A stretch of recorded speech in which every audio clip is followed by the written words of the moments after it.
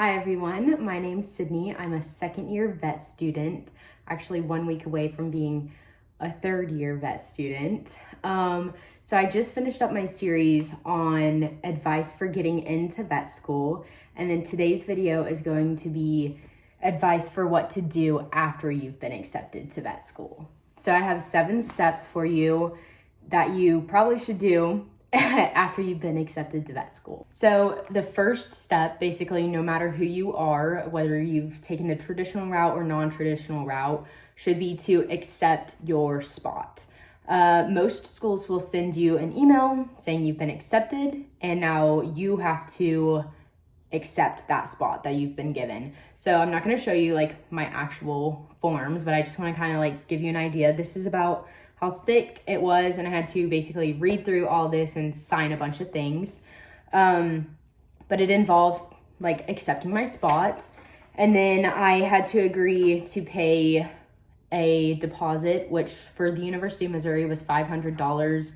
I'm not sure if all schools have that, but I think most do, and then the price will vary depending on where you apply and get accepted to.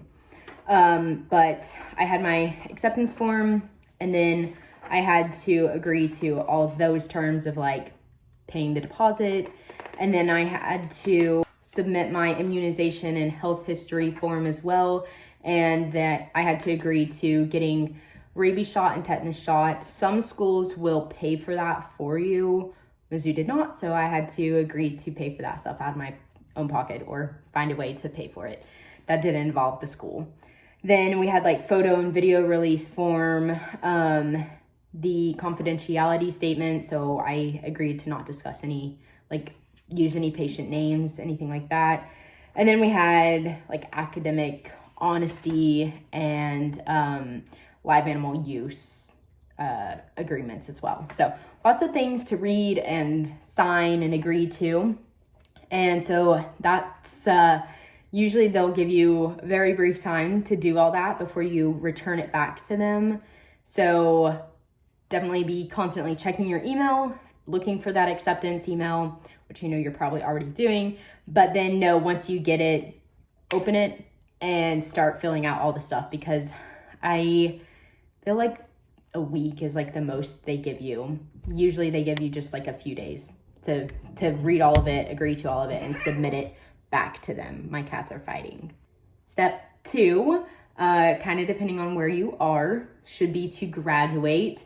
I know that sounds super obvious, but like I mean it because you at this point have been accepted, you've made it. So really the only thing that could like potentially hinder you in your process is like if you failed a class or didn't graduate, then you're obviously not going to progress on to vet school. So just keep that in mind, like you do still need to graduate. Step 3 is to handle any summer to-dos. So I'm not sure if all schools do this, but at least in my experience at the University of Missouri, they did.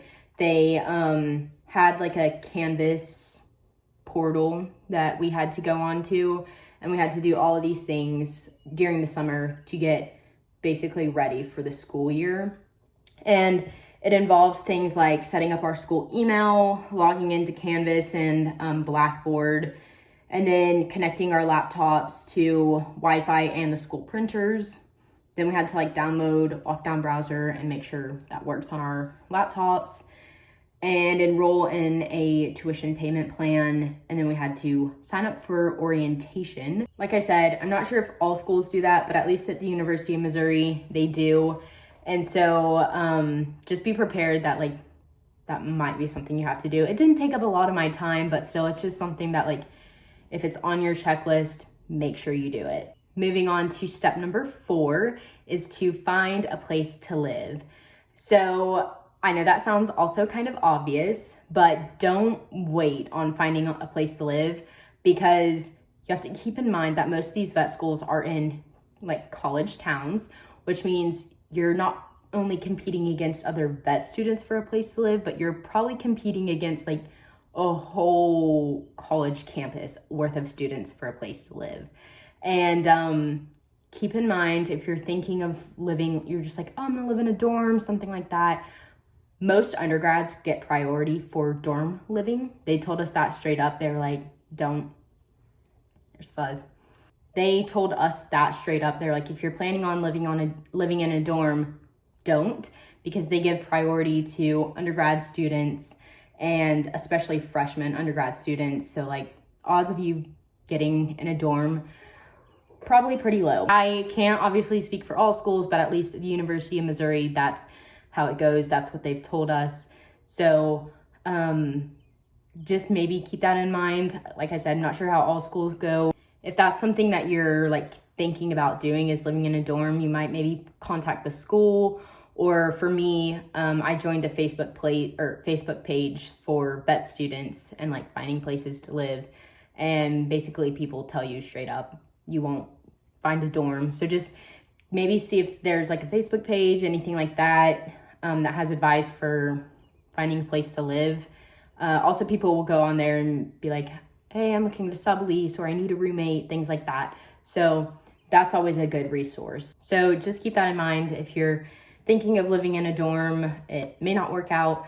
And especially if you're on like a tight budget, or any budget for that matter, which most vet students are. That's kind of just the norm for us.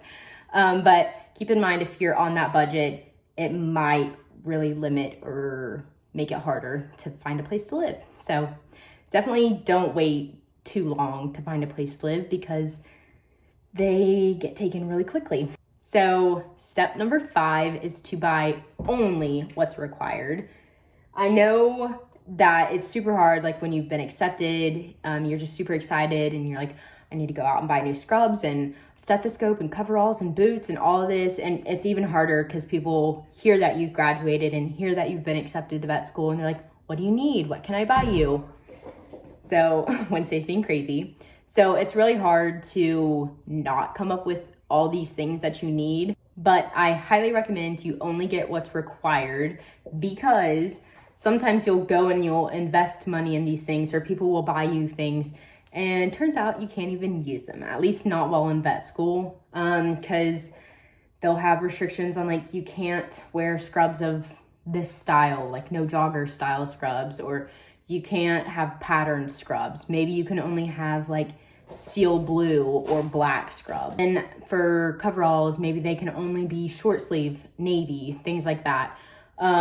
So definitely go to your school's website, maybe check and try to see if they have the requirements or like restrictions on the website for what you can or cannot have.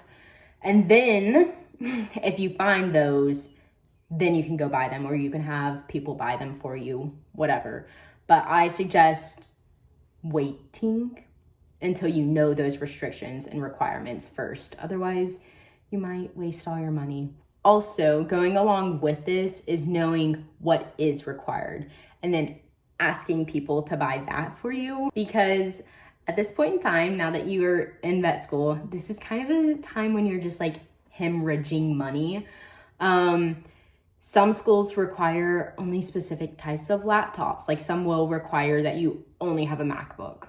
Some will require that you go by their issued school computer. So stuff like that. And then I do recommend that you have a stethoscope.